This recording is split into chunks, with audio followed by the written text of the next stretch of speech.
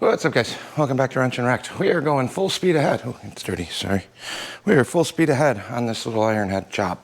So I think we left off with the headlight mount. So this is all bolted on and ready to go. It's got a lower mount, upper mount, all kind of welded together with the duals.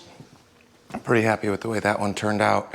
I still don't know exactly what we're doing for bars. I got these on here right now. They're still kind of loosey-goosey, but they're sitting on there. It at least gives me a visual idea. I do think it's 3.5 spacing, so I can also just put a regular set of little Harley. He's got like the split lower with a top clamp upper. We might still be able to put something like that on here and run. I know we had some apes on there. I'm not exactly sure what we're doing. I do have material to build a new set of bars too, but I'm really leaning towards not having to do that on this. The primary is back on, the gasket is not, but just rough mocked up. I need a clutch cable, but I started looking at this and it's kind of a goofy setup. They have a big twin style lower, so the ironheads run a, 5/16 fine thread on the clutch cable going into the primary. I've had that strip out quite a bit and it's real shallow.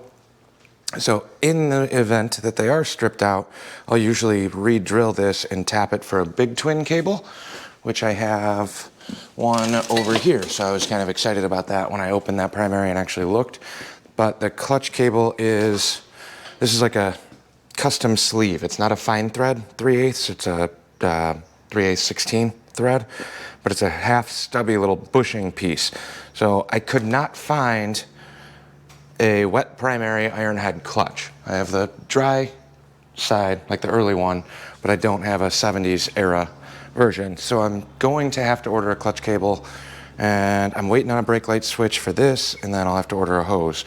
So I think we're down to about the last parts order on this bike, and I'm about at the point where this should be ready to tear down. So we get the tail light will come off, fender's gonna come off, tank's gonna come off for powder coating, headlight bracket will come off, and then we'll pull the rear wheel in order to do all of that, repaint the rest of the frame.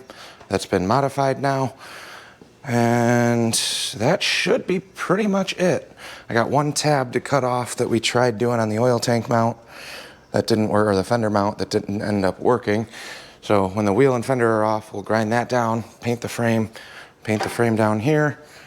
And the only other bit is, I know with this Springer we don't have a fork stop set up, so I'm gonna play the time lapse. I already did it, but this was drilling and tapping these for 1/4-28. I ended up going 28 just because it's the only tap I had on hand, which kind of sucks in terms of grabbing hardware, but 1/4-28, and we are gonna run chain from here to here. So I have the parts for that.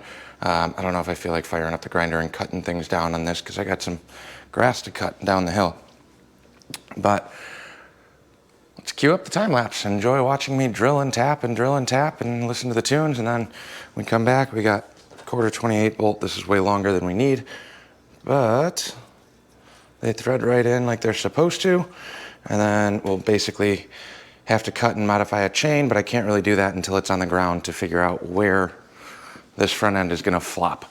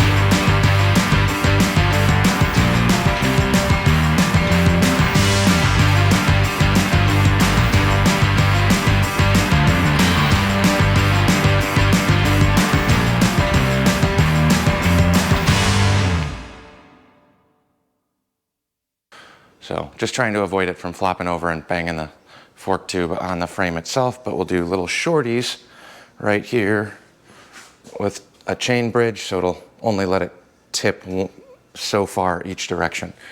But other than that, this bike is just about done. Got a ton of little odds and ends, but I think I'm probably gonna end up tearing this down because we just got caught up on some coating stuff at the other shop.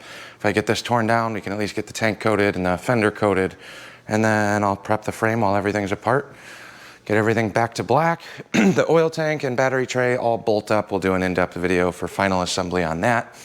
And then we're kind of pretty much at final assembly and wiring. I'll still have to figure out the ignition switch and some stupid odds and ends, but I think we're done in terms of fab and things like that. So there we go. And then we'll come back once we get the rest of this stuff done, I guess.